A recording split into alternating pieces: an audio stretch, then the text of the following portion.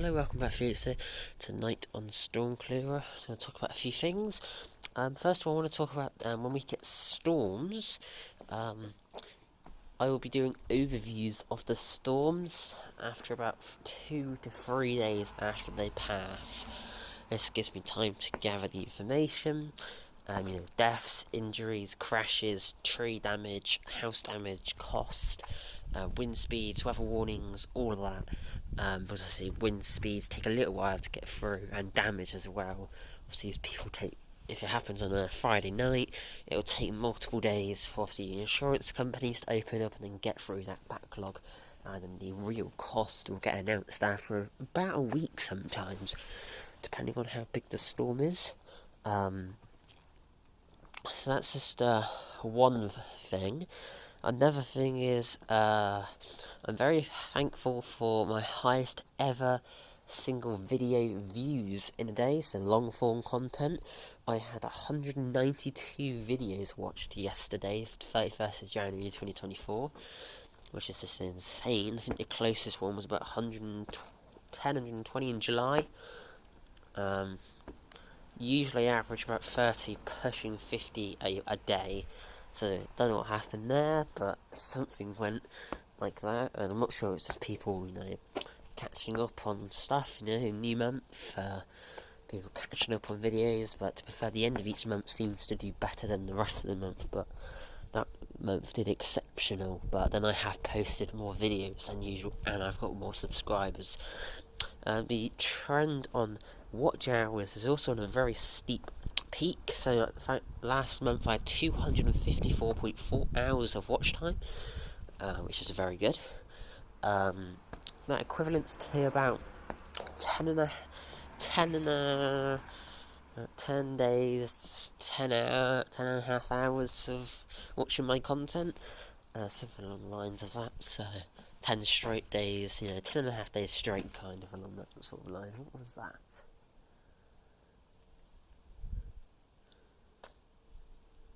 Door expanding, I expect. Yeah, so some bits there. Saturday, the 10th of February 2024 is a date everybody should keep an eye on. Around that, it will take a couple days. So really from like the 8th, 9th to 12th, or maybe 11th, 12th, because we've got quite a large storm system moving in, actually. It's about 5 times bigger than the UK, so it isn't going to be a really bad storm, because it's small and bad, and big and moderate. Generally how the storms go, because the smaller they are, the more crammed in the storm is. But Norway's storm was bad. The isobars literally were pretty much touching, which is not a good sign. I really wish I'd had that storm, but then at the same time, would you? Because all of this beautiful nature would just be destroyed. But second of all, my area needs a good wiping out. It's sad to say, but the new growth, like, the woods is dying, but these trees just got such thick canopies that no sunlight is really reaching the ground, so there's not really much growing, but the trees are dying, so we need like a strong storm to knock down like half the woodland, like properly knock it down, and let the trees which have started growing take over. Because we're in a dying woodland at the moment, which is a shame. But then it does mean more damage, which some ways is good, some ways is not. But the problem is with damage is people nick the wood for firewood. So most of the trees in the woods, to be fair, are rotten. They're standing or rotten, but because the canopy is so thick, they just can't fall, because there's so many things holding them up. Which is why I went up there a few months ago with a rope and literally took down all the widowmakers, as they call them, so branches and trees which have snapped but are just hanging. I found one, it was hanging on by literally a twig. I was wobbling it and it just snapped. It literally fell, barely any effort. Which is under one of the new trails up there, and that could have been a death trap. So I went round, trying to clear all the deadly stuff, and I took down about 50 branches, not like, snapped them, like the ones that were hanging there, about 50 of them. Ridiculous. And there was people up there with chainsaws, because after we had one of the big storms, a large group of people, including me to be fair, went up there. I didn't go with the group, but it was clearing branches, clearing trees, rebuilding paths that had been washed away. They're not supposed to be up there. I didn't go into the woods, like the bit you're not meant to go in. They did, because most of it is off, like not allowed up for most of it, but the areas I went in,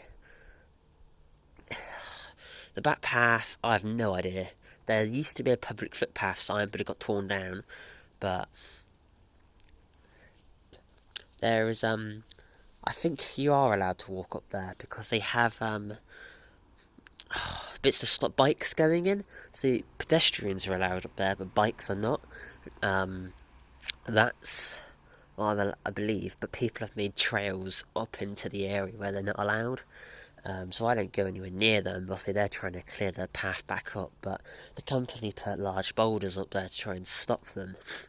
And yeah, but over the last year, I would say a good 50 trees might have come down, maybe even 60. A couple hundred bushes, because we used to have a really healthy population of bushes, but people were cutting half of them down to build trails, and then they just fell over because they would want to one side too heavy.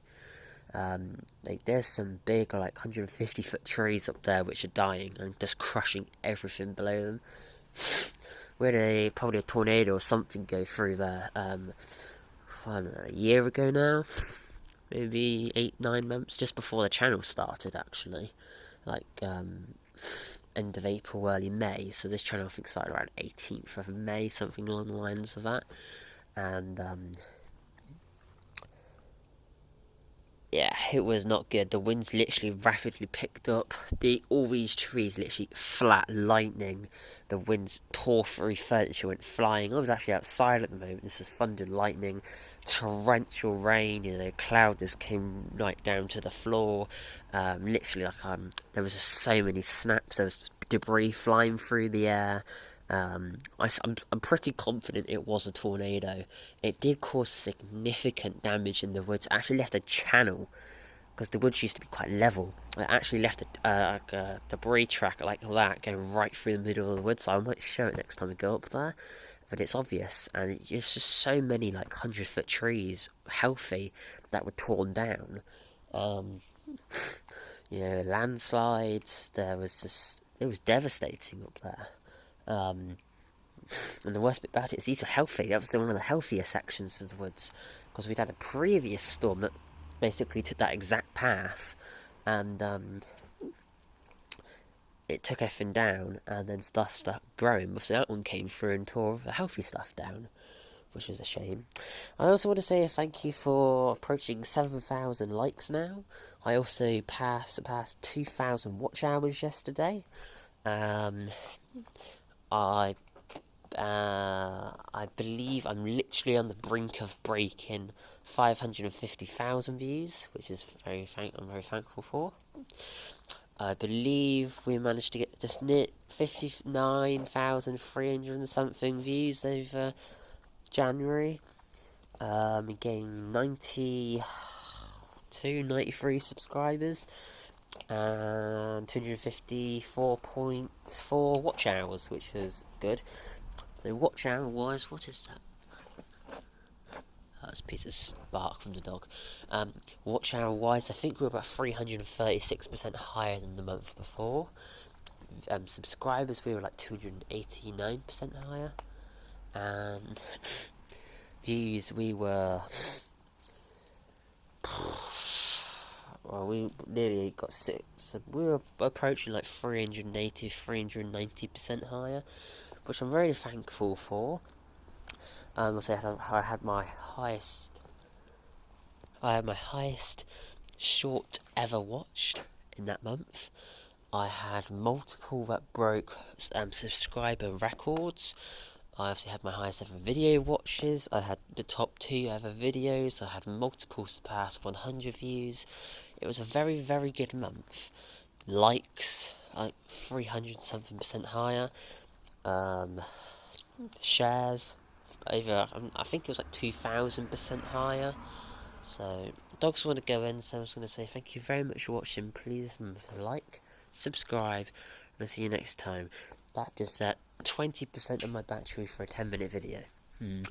Goodbye. And also, one of the new things I'm going to say is I'm going to say thank you very much for watching. Please remember to like, subscribe, comment, and share.